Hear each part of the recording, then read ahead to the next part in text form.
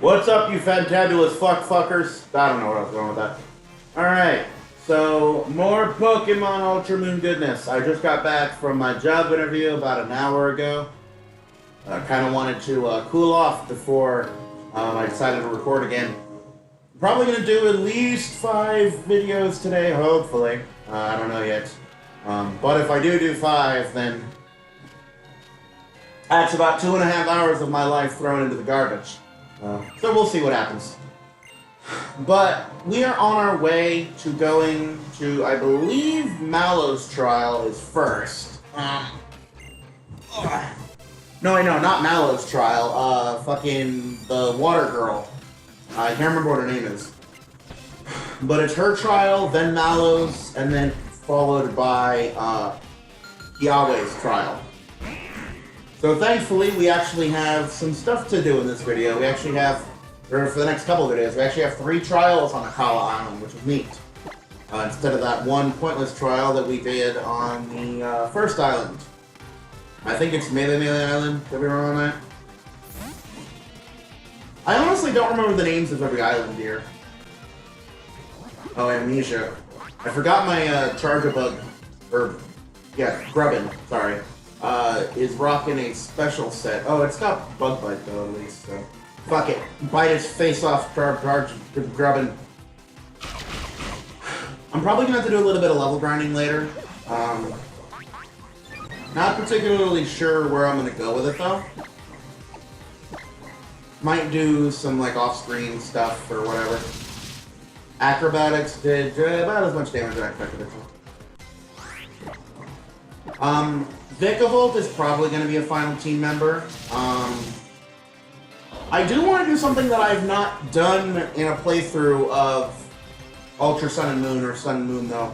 I want to use an Alolan form.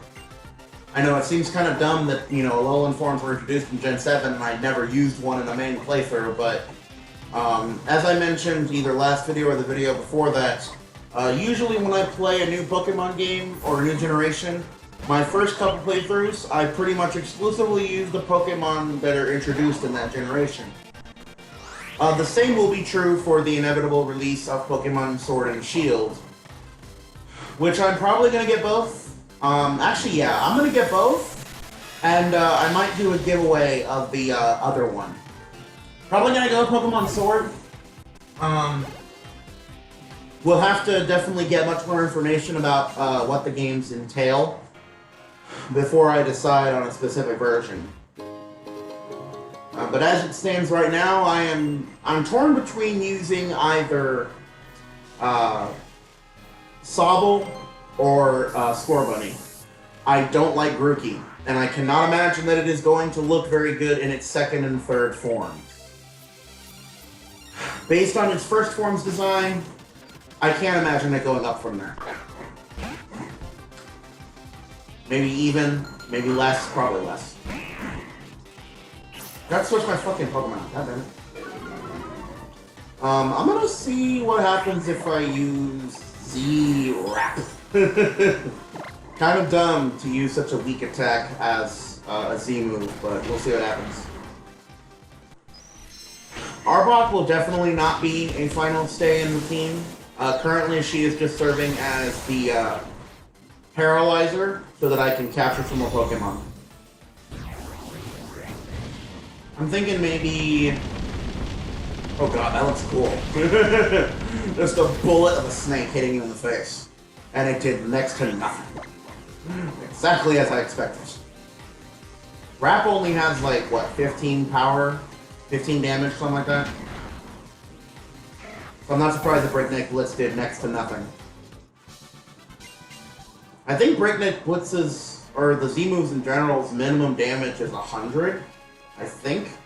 Could be wrong there. Oh, that's right. I want to switch out. Come on. Let's go ahead and give Grubbin a little bit more help here. Grubbin. Why is it when I say that name it reminds me of something? Okay, so let's go ahead and head up to this little ranch town right here, which is Peniola Town. And yes, I had to read that because I don't remember the names of the locations in this game. Alright, so So Hal is probably going to access the battle, as is his want and desire to impede my progress at every possible opportunity that his annoying ass can. Yep, he's going to battle me. You can suck on both of my dicks. Both of my dicks!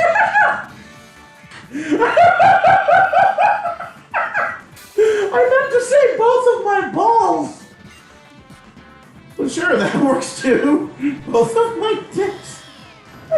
Oh, that was quite the Freudian slip. Was I thinking about my last night? Oh, that was fucking funny. Oh, Jesus Christ. That was funnier than it should have been, man. Okay. Anyway, moving on. I do find it kind of dumb that they don't animate Pokemon's models when they're using a Z-move.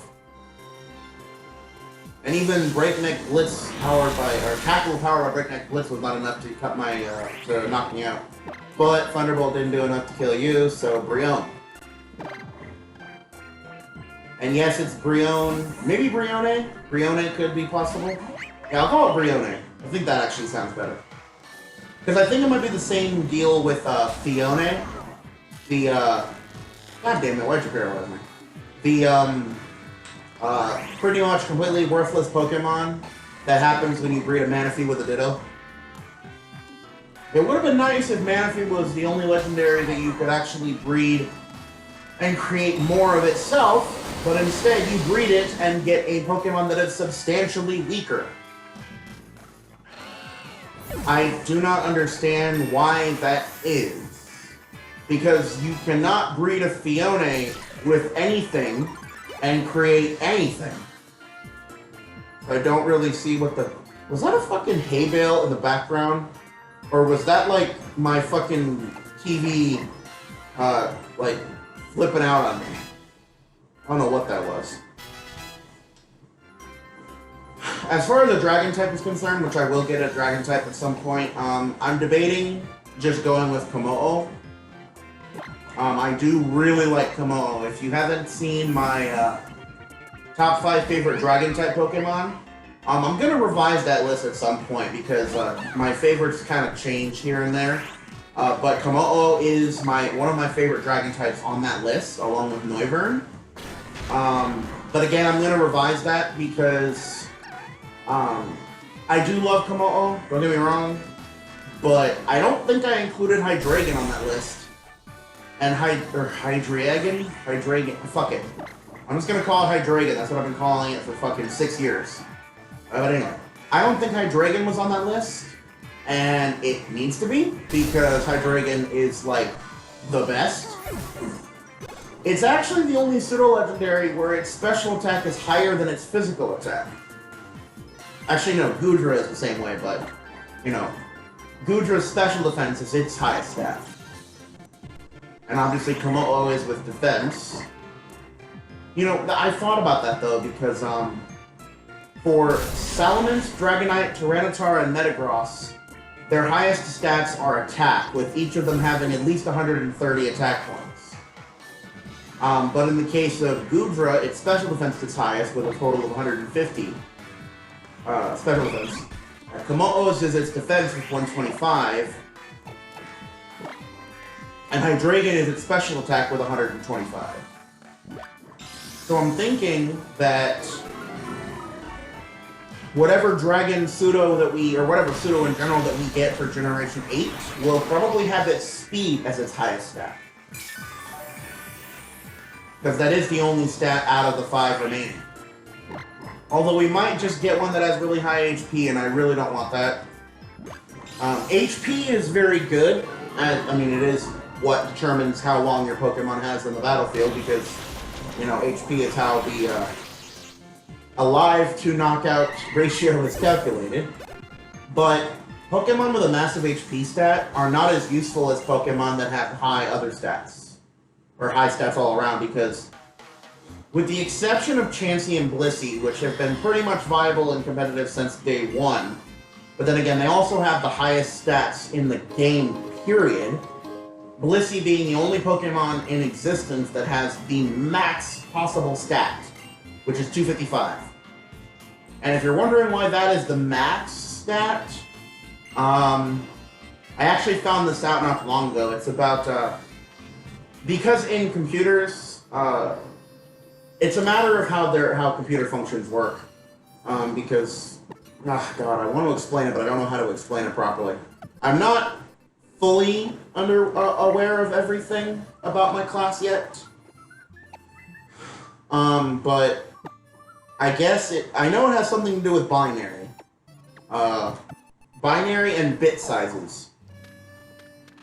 Because I know 8 bits make a byte, and 1024 bytes make a kilobyte.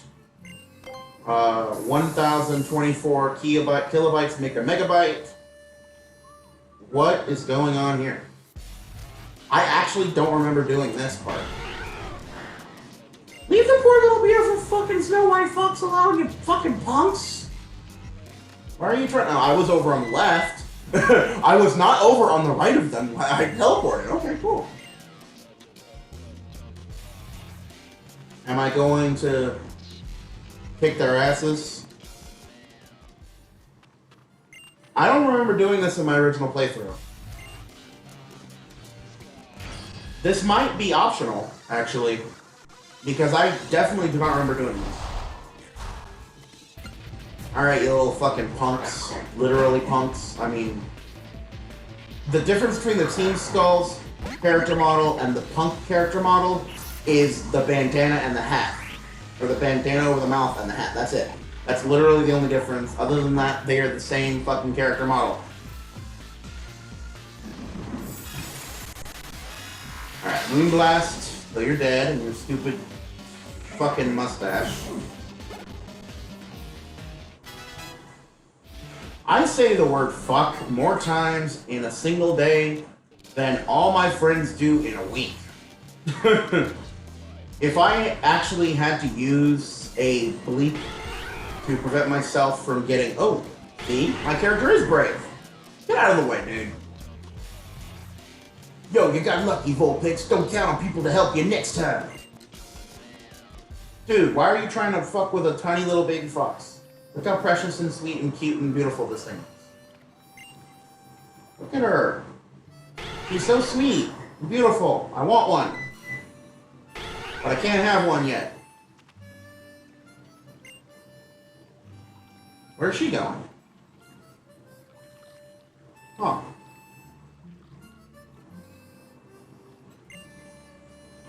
Okay, sure. I'll come back tomorrow. Why not? This is also like a... It's weird. These little stone things that you'll see are fishing spots where you can... when you get a fishing rod, you can cast your lure in between those stones. And you can occasionally pick up items like pearls or just random other items that people throw away. This was like a kitchen. I believe this is a kitchen. How are you? Yep, this is a kitchen. What's up here? Oh, that loops. So there's nothing up here except more stairs. Okay, got it. That's a lot of Magmar in here, man. Why are there so many Magmar?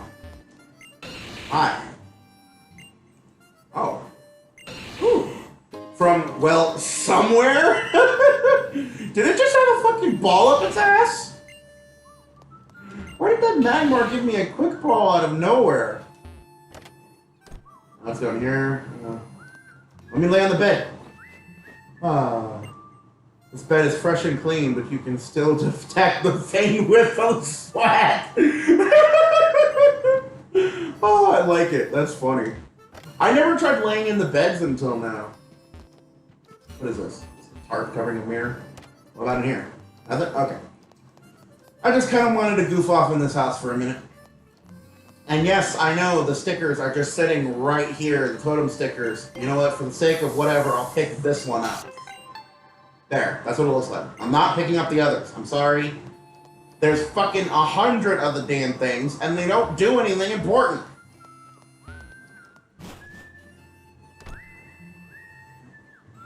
And besides, even if you do pick every single one of them up, and you go to, talk to Professor Sanson, I think? He's the one who gives it to you? You can't even use the totem stickers to get the totem Pokemon until post-game. So what's actually the point? At least I think it's post-game. I could be wrong on that with Salazzle. I remember a friend of mine playing the game and said they got Salazzle before they beat the game. But I can actually get a Salazzle, actually. I think that might be my fire type.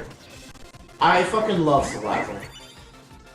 It's not one of my favorite fire types, but it is one of my favorite poison types. It is awesome. But, it definitely runs a bit more on the risque side of things when it comes to Pokemon, especially. Like, you can make the argument for Pokemon like Lopunny, Gardevoir, and whatnot, but Salazzle is blatant. Salazzle is blatantly... I mean, she leads a reverse harem, for Christ's sake. Which is typically only something talked about in anime. But the fact that she runs a reverse harem, I don't know. It just, makes me think she ain't satisfied with just one dick. Then again, Salandit doesn't really seem like it would have a big enough dick to satisfy a Salazzle, but I'm probably overthinking this. I mean, it is Pokemon, and Diglett can mate with Wailord. So I'm 100% overthinking this.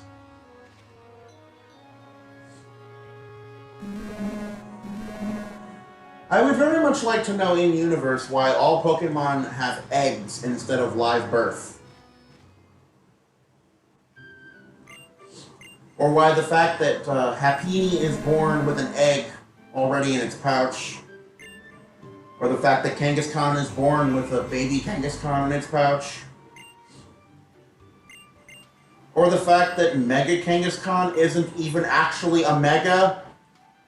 It just makes its baby get out of its fucking pouch and grow a little bit. I mean, granted, yeah, in Generation 6, that Mega is fucking disgustingly broken. That it was put in Ubers because of its fucking ability Parental Bond. But that's not my care at all. It's more about, like, why is it so goddamn good? All because it can hit twice with any move. I mean, I don't think it gets Swords Dance. But, if it could, or if it does, I don't know if it gets Bulk Up either, but if it gets Swords Dance or Bulk Up, then if it gets Swords Dance, that's max attack in one turn. Okay. Alright, so we're going to go ahead and pick up an Eevee real quick. This is the daycare. So this is the place where we can go ahead and grab ourselves a baby Eevee. What I'm going to do is I'm going to pull out Hawlucha. Don't necessarily need her in the party. I believe we talked to her, and she gives us the egg. Just to kind of give you a very brief overview about eggs.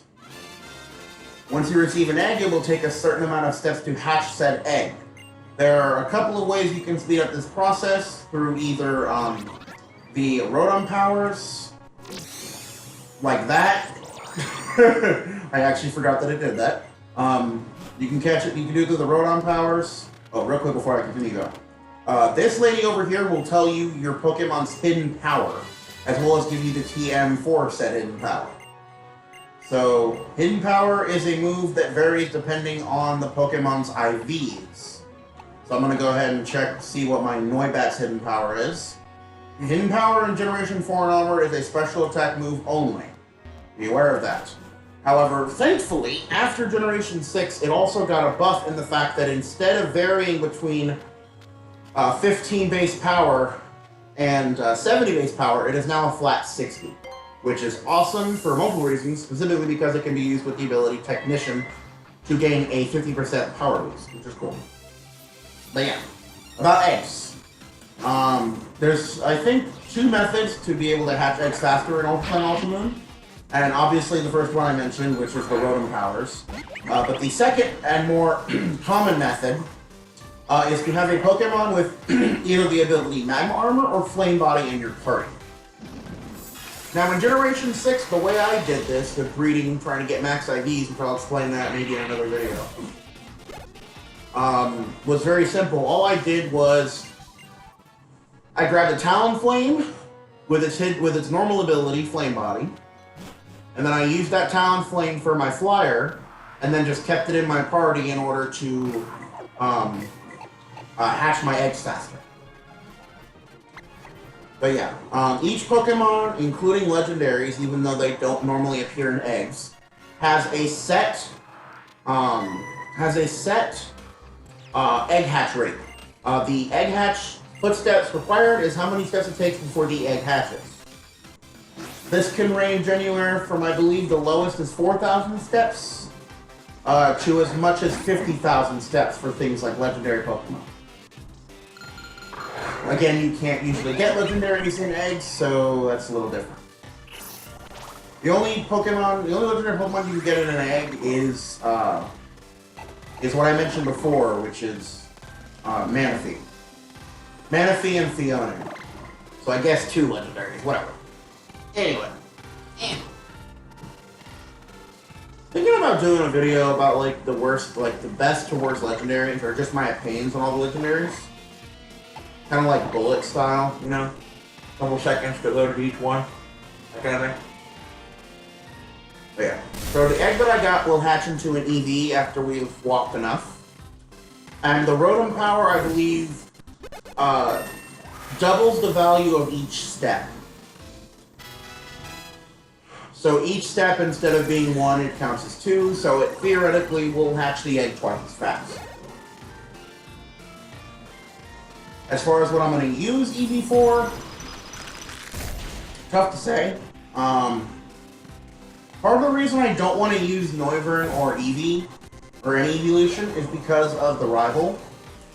Because Hau will use, if you pick Brionne, Hau will use Leafeon. If you picked Incineroar, Hau will choose to use Vaporeon. And if you picked Decidueye, Hau will use Flareon for his evolution. Just another one of the thousands of reasons why I decided to choose Popplio, because I'm not a huge fan of Leafeon. Probably my second least favorite of the evolutions. Not to say I don't like it at all.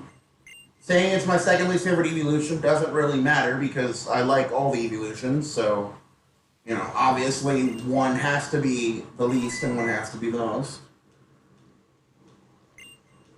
Yes, I'm Zodiris. Look at my glasses, my big black nerdy glasses. Why did I say big and black? Eat my black dick, bitch. I almost dropped the N-bomb. Shit. I would have been in trouble there. I forget, I'm not around my brother's family right now. I can't use words like that. But I will be going over to my family's, my brother's house, Sunday. Let's go. I'm recording this on a Friday, so Easter Sunday I'm gonna go over with my fam, and chill out, and maybe have some food, you know, get fat, get swifty. You know, the normal shit you do with your family, that kind of stuff. Oh, that was his Zorua, that's right. I forgot about that. Either way, it killed it, so it doesn't matter. That's another Pokemon that I'm not going to use, and I really hate that I don't... I want to use Zoroark. Zoroark is my third... Well, actually, now it's... Third? Fourth? I don't know. When it comes to Zoroark, Zoroark from Generation 5 and 6 had been my third hero Pokemon behind Lucario and Gardevoir. But I'm thinking that Primarina might now be a teeny edge over it. Simply because I love Zoroark's design, but because of its ability Illusion, you don't get to see its design until it's hit. Or, you have it at the last slot in your party and your opponent gets one of your Pokemon out of the way and then you have to swap out to it. So kind of bad whatever. But yeah, Primarina might be just a few, like a peg or two above Zoroark now.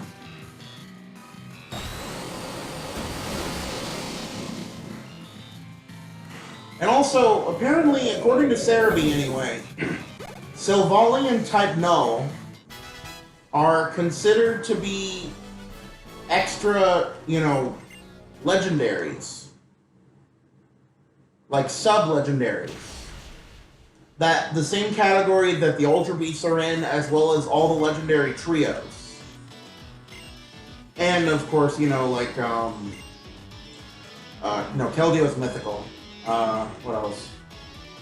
Heatran and Cresselia and Pokemon like that. Okay, so anyway. So currently, our little buddy here, Gladian, is working with Team Skull. Why is beyond me, but he is. So, whatever. He's working with Team Skull. Cool. He's kind of an angsty teenager. And I don't like the fact that your character always has a perpetual smile on his face in almost every cutscene. I mean, it makes me really hope that in Generation 8, since we're finally getting a full HD Pokemon game, that the developers are going to integrate a lot more like facial features and stuff, like actual, expressions and emotions on the characters. I really hope that's the case. Hard to say, but we'll see. All I know is that I'm heavily looking forward to the game. Especially just Pokemon on my Switch. Yes, please give me all of that in my face and let me love every single minute of it. Even if the games aren't perfect, they are still going to be very fun.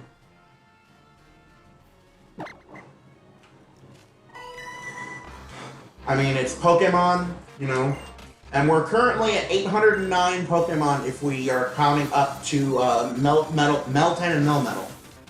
So I can only imagine that Sword and Shield are going to push that total to at least 900, hopefully higher. I think once we reach over 1,000, I unfortunately think that might be when Game Freak slows down tremendously on Pokemon releases because, they've been pretty consistent with Pokemon releases for the last 23 years because just about every Pokemon game has come out less than 2 years apart from each other. Like every generation, or even every game. Because Generation 1 was obviously in 1996. Gen 2, in Japan anyway, was in 98. Didn't get into the West until 2000. Gen 3 was, I want to say 2001 in Japan, 2003-ish. I mean, let's just go by American release, because that one I know for sure. Gen 1 was 97, Gen 2 was 99 or 2000, one of the two.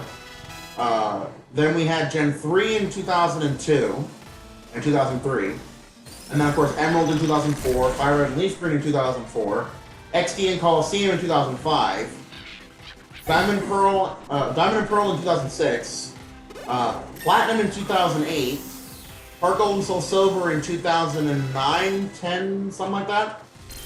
Black and White in 2011, Black and White 2 in 2012, X and Y in 2013, Omega Ruby Alpha Sapphire in 2014, and then we had Sun and Moon in 2016, and then Ultra Sun and Ultra Moon in 2017. And now we have Sword and Shield for 2019. So, pretty much every year, almost every year, Pokemon has had a new game, a new main series game. And I think, personally, I want them to take a little bit more time for the follow-up generation to the next one. Like, for Generation 9, when that comes out, I want them to take a little bit more time to make that, and not release it until, like, 2022 or something. But anyway, guys, we are reaching the half-hour mark, so I'm going to go ahead and call this an episode. Thank you guys so much for watching. If you guys have any suggestions for future content, please leave them in the comment section down below, or on my main channel at Zodyrus7ron, or on my Twitter page at Zodyrus, and let me know what you guys thought of this episode in the comment section as well. So until next time, guys, this has been ZDS, making it for fun one video at a time, and I'll see you guys in the next video.